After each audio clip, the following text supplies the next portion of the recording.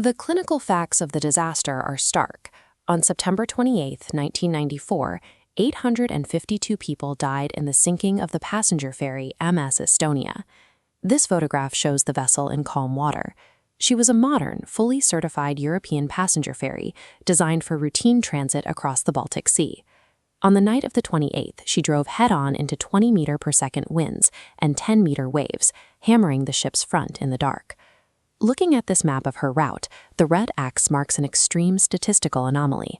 A modern passenger vessel does not vanish from radar in under an hour without an iceberg, a fire, or an act of war.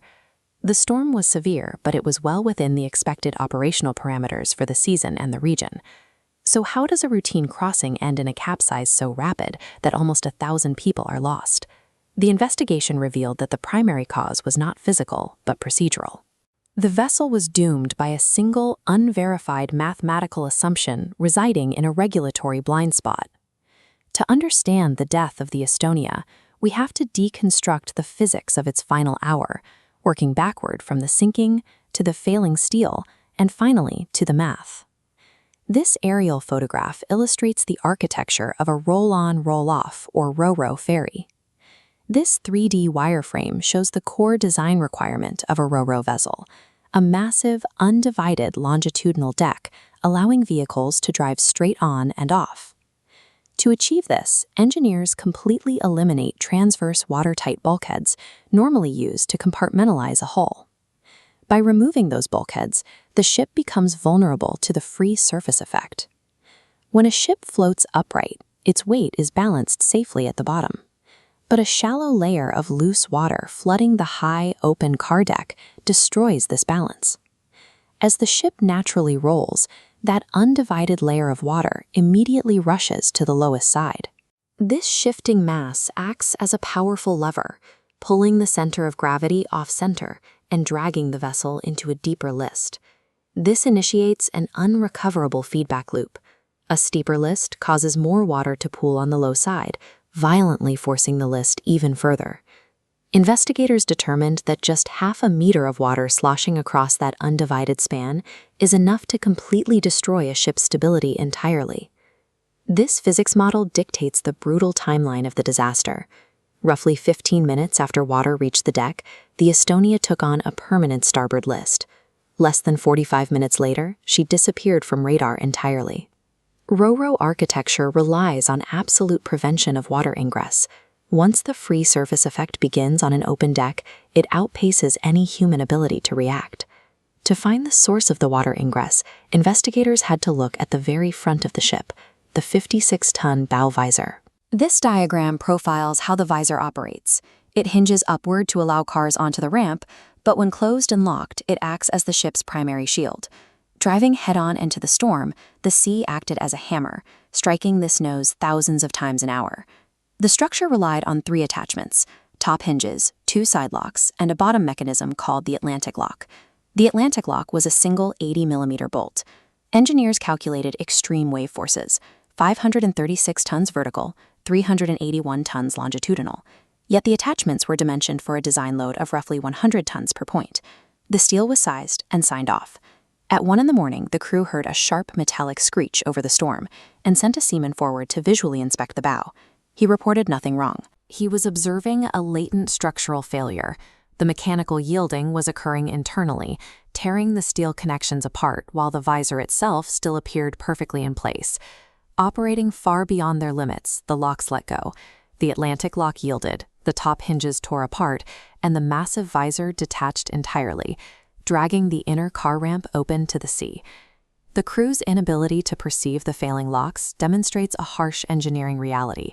Visual inspection is largely useless for systemic internal yielding. A structure that hides its own failure is vastly more dangerous than one that fails loudly. How did professional engineers sign off on a 100-ton load capacity that was so violently disproportionate to the actual wave forces the ship would face? This stylized blueprint highlights the first investigative finding. The 100-ton limit was entirely an internal shipyard estimate. Procedurally, these internal calculations were never submitted to the Independent Classification Society, Bureau Veritas, for external verification. But the second finding revealed a deeper problem. Even if the shipyard had submitted the calculations, the regulations of the time contained absolutely zero formulas for calculating sea loads on a bow visor. The most exposed structure on the ship, the part taking the full kinetic force of the ocean, was simply not classified as safety critical by the rulebook. As a result, the lock dimensions were literally an educated guess based on unverified assumptions, operating within a complete regulatory void. The engineering team fell victim to the validation fallacy. They believed the guess was safe because routine operation told them it was safe. For years, the ship successfully completed thousands of crossings in moderate weather. The assumption held, and so the math appeared perfectly validated. Surviving years of routine operations makes a bad assumption invisible. The mechanical system did not suddenly break that night. It simply encountered the physical conditions that exposed its permanent underlying deficit. The mechanical cascade was precise. Unverified calculations led to undersized locks, which yielded to heavy storm loads, ripping open the visor and triggering a fatal free surface capsize. The sheer speed of that capsize trapped hundreds of passengers inside the hull before they could navigate the violently tilting corridors to reach the open decks. Even for those who escaped the interior, the survival failure compounded. The Baltic Sea was between 10 and 11 degrees Celsius. This photograph shows the Mariella, a ferry that reached the scene at 2:12 in the morning. But severe hypothermia killed nearly a third of those who made it to the surface before rescue vessels could cross the geographic distance. The industry could not ignore the mechanical lessons of the disaster. In 1996, the Stockholm Agreement permanently altered the regulatory standards for all ro-ro vessels. Ship stability must now be strictly calculated, assuming water is already standing on the deck. Additionally, integrated bridge sensors are mandated to mathematically prove bow doors are locked, rather than relying on visual inspection.